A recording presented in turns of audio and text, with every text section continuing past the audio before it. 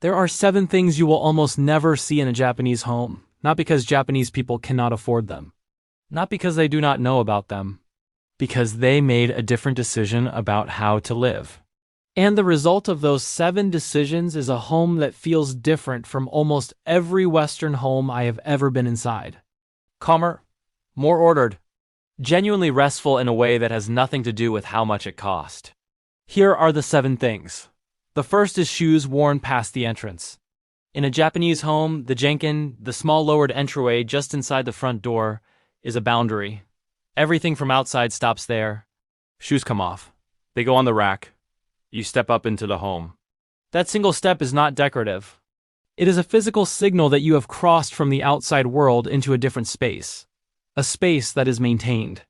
A space that is protected. The average shoe sole carries approximately 400,000 bacteria. In a Japanese home, none of that crosses the threshold. The floors stay clean not because they are cleaned more often, because they are never dirtied in the first place. The second thing is surfaces covered in objects. Walk into a traditional Japanese home and the first thing you notice is what is not there. No decorative items competing for attention on every shelf. No accumulated mail on the kitchen counter. No objects that arrived and were never properly placed. Japanese interior design is built around the concept of the value of empty space. The space between objects is not absence, it is part of the design. An object placed in clear space commands attention. An object placed among 20 other objects disappears. The Japanese home uses empty surfaces deliberately, not as a statement of minimalism, as a decision about what deserves attention and what does not. The third thing is a separate room used as a dumping ground. Most Western homes have one: the spare room, the study, the basement. The place where things go when there is no decision about where they actually belong. In Japanese homes, this room does not exist. Not because Japanese homes are larger and can afford to use every room properly. Japanese homes are smaller on average than Western ones. Because the Japanese relationship with possessions does not generate the same volume of undecided objects. Every item either has a place or it does not belong in the house. There is no third category. The fourth thing is a full wardrobe. Not a minimal wardrobe for aesthetic reasons. A genuinely small wardrobe because the logic of Japanese clothing culture does not produce accumulation. You buy something when you need it. You wear it until it is finished. You replace it when it genuinely needs replacing.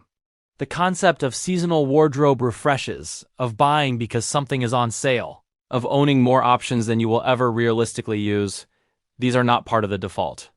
The average Japanese wardrobe contains a fraction of what the average Western wardrobe contains. And the person dressing from that smaller wardrobe spends less time deciding what to wear.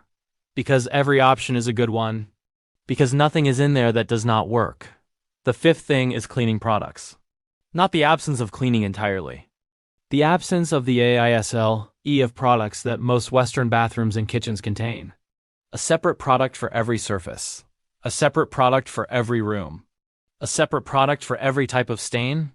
Japanese cleaning culture uses a small number of natural substances that address almost every cleaning need. Vinegar, baking soda, a natural soap, hot water. The cleaning products industry is worth over $200 billion globally. It is built almost entirely on replacing 5 substances that cost almost nothing with dozens of branded products that cost a great deal. The Japanese home noticed this substitution and largely declined it. The sixth thing is furniture that faces a screen. In the traditional Japanese living space, the room is not organized around a television. The seating faces the center of the room or toward a window or garden view. The room is designed for the people in it, not for the device in it. This is not a technology rejection. It is a room priority. When a room is organized around a screen, every evening spent in that room is spent watching the screen. When a room is organized around the center, evenings in that room are spent in conversation, in reading, in simply being present with whoever else is in the space. The difference in what those 2 room configurations produce over years is significant, not in what you watch. In how you relate to the people you live with. The seventh thing is the one that underlies all the others. Possessions bought without a decision. The Japanese relationship with acquisition is deliberate in a way that the Western consumer environment works hard to prevent. Before something enters a Japanese home, It has been considered. Where will it go? What does it replace? Is this genuinely necessary or simply wanted in this moment? The 30-day pause, waiting a month before buying anything non-essential to see whether the desire survives, is not a formal rule in Japanese culture. It is the natural result of a culture that has not been optimized at every turn for frictionless instant purchasing. The result of that deliberateness, accumulated across years, is a home that contains only what was genuinely chosen. Nothing that arrived by accident. Nothing that accumulated by default. Nothing that is there because nobody made a decision about it.